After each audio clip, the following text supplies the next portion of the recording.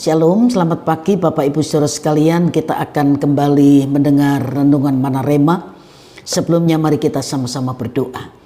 Bapa, mengucap syukur buat kesempatan kami masih boleh mendengar renungan melalui Mana Rema.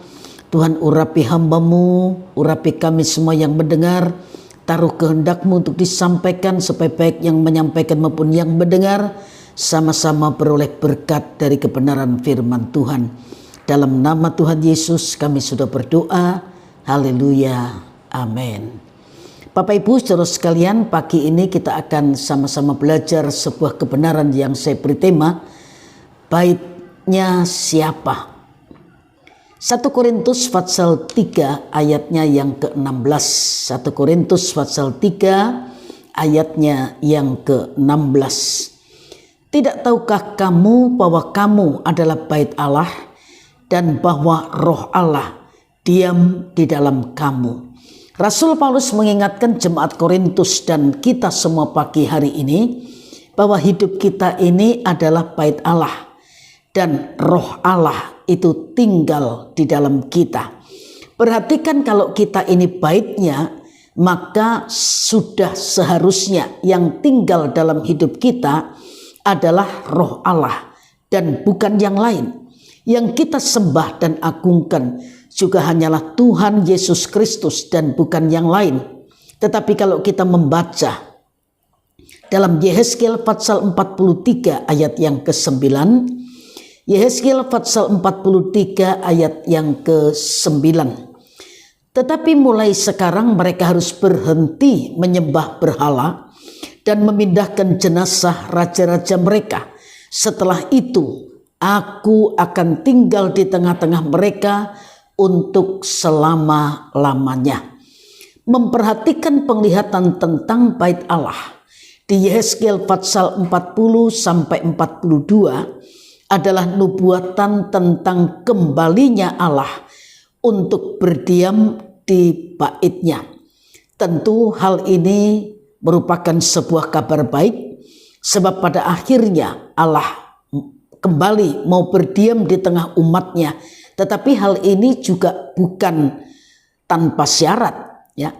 Kalau kita melihat Allah memang mau kembali berdiam di tengah umat dalam bait suci, tetapi untuk itu umatnya harus terlebih dahulu menunjukkan kesetiaan mereka kepada Tuhan dengan menghentikan segala macam penyembahan berhala.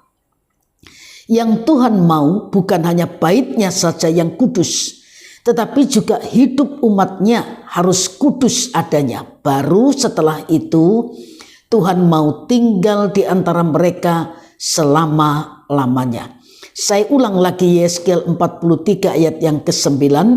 Tetapi mulai sekarang mereka harus berhenti menyembah berhala dan memindahkan jenazah raja-raja mereka. Setelah itu Aku akan tinggal di tengah-tengah mereka untuk selama-lamanya. Mari kita perhatikan Bapak Ibu Saudara sekalian, kalimat sekarang, berhenti setelah dalam ayat ini. Kalimat sekarang itu berarti tidak boleh ditunda lagi. Umat Tuhan harus segera berbalik kepada Tuhan dengan berhenti menyembah berhala.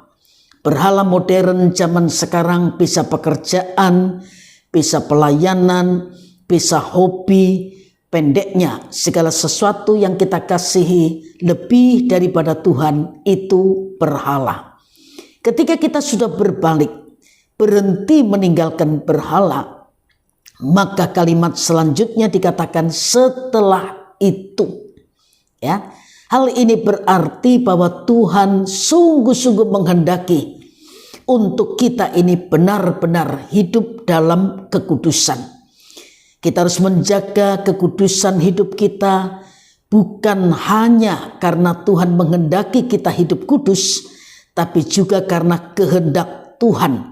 Ya, Tuhan itu mau hadir di tengah-tengah kita sebagai satu-satunya pribadi yang kita sembah dan tidak ada yang lain.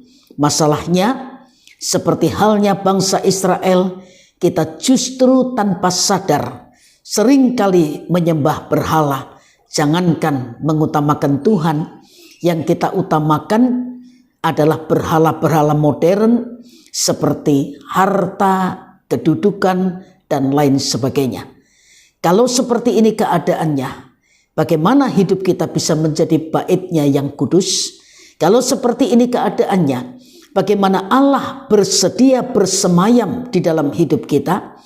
Tuhan mau bersemayam di tengah-tengah umatnya Israel ketika mereka mau berhenti menyembah berhala dan menjadikan steril baitnya atau kudus dari segala macam pencemaran. Hal yang sama berlaku, Tuhan pasti bersemayam dalam hidup kita ketika kita berhenti menyembah yang lain selain pribadinya dan menyucikan hidup kita yang adalah baitnya dari segala macam hal-hal yang bertentangan dengan firman Tuhan.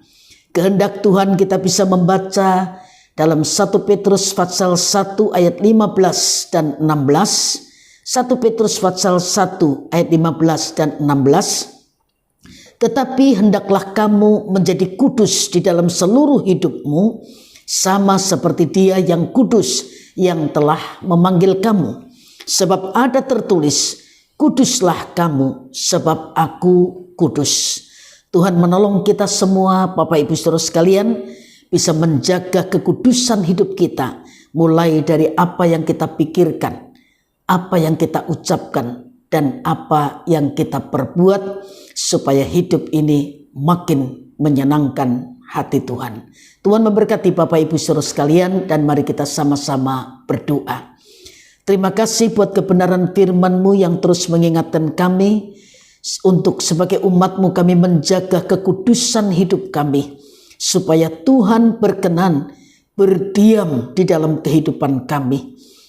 Roh Kudus menolong dan memampukan kami tidak saja mengerti kehendak-Mu, tapi kami bisa menjadi pelaku kebenaran firman Tuhan. Apapun yang akan kami kerjakan sepanjang hari ini, kami terus mohon berkat-Mu, penyertaan-Mu, sehingga apa yang kami lakukan, Tuhan yang membuat menjadi berhasil, dan segala kemuliaan kembali kepada Tuhan. Berkat-Mu menyertai setiap kami sepanjang hari ini, dan dalam nama Tuhan Yesus Kristus kami sudah berdoa. Haleluya. Amin. Selamat pagi dan Tuhan memberkati Bapak Ibu Saudara sekalian. Puji Tuhan.